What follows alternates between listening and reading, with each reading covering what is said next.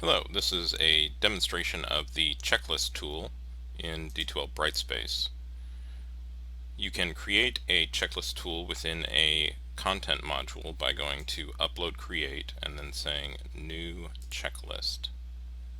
And you can give your checklist a name. In this case, I'm going to create a weekly module checklist, so I'll call this Module 1 Checklist, and I will say I want to not hide it from users. I want to save. And now I have my checklist. And you can give the list within it a name. You can actually create multiple lists within one checklist, but I usually only use one. The benefit of a checklist is that it creates a list of tasks for students to accomplish and to self-report that they have accomplished those tasks. And so in this case, if this is my module 1, maybe week 1 list of tasks, I can say I want them to read the syllabus. And the benefit of this description field is that it has the HTML editor available. So that means that I can use, for instance, quick links to link to the content that I'm referring to.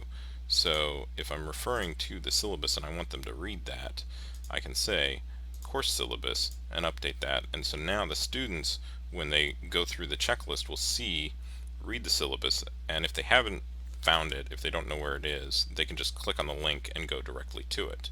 You can also add due dates for things. So let's say I want it done by the 8th at 11:59 p.m.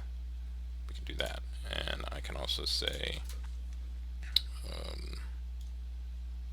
submit assignment 1, and we can do the same thing here where we link to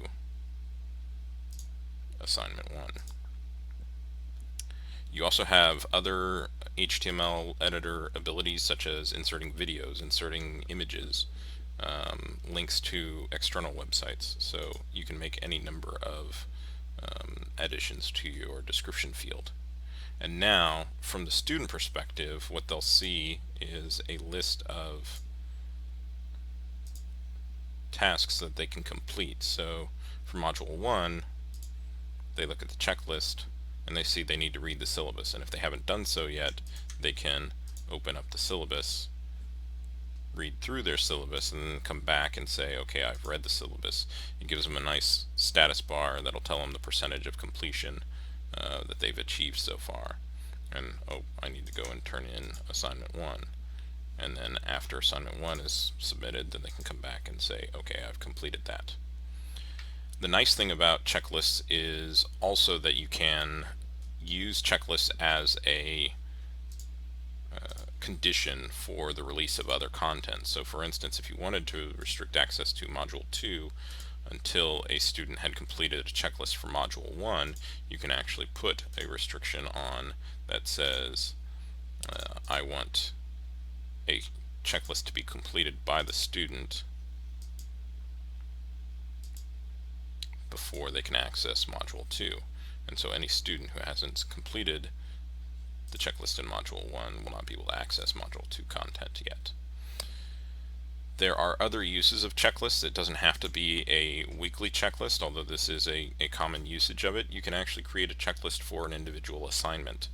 So if you have, for instance, an essay that you want a student to complete and turn in, you can include a list of tasks relating to the essay, things that students often forget.